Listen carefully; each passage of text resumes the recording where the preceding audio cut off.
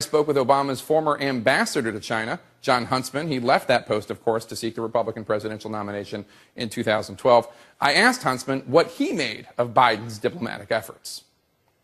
So Vice President Biden's language, specifically chosen, deeply concerned. Is that strong enough? Well, I think that's appropriate terminology. It was spoken in Tokyo, where coordinating a lot of what goes on in the region with our ally in Japan and also with Korea to some extent is absolutely critical at this point. And the language used, I think, was appropriate given the circumstances.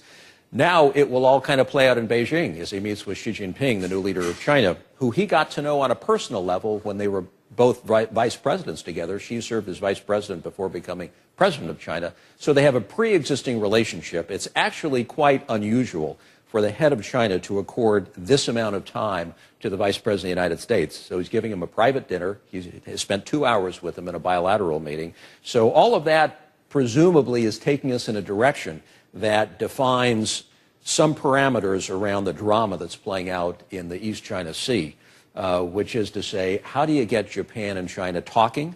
How do you build confidence and greater trust between the players and protagonists in the region? How do you come up with a protocol for diffusing tension? It's a difficult set of circumstances, and the only way you're going to make it better is by the United States having the conversation with China that no one else can have. The U.S. has agreed to comply with China's air defense identification zone after it flew unarmed B-52s last week. Some people say that's the wrong message to send, and it conveys weakness to the Chinese. What do you think? The administration started out by doing the right thing. They sent a couple of B-52s on a freedom of navigation mission, which is exactly what we should be doing in the aftermath of this kind of announcement. That happened immediately. That was the right thing to do. I think there was a miscue in terms of how we handle commercial aviation because it was at odds with what Japan then was doing with their own commercial aviation sector.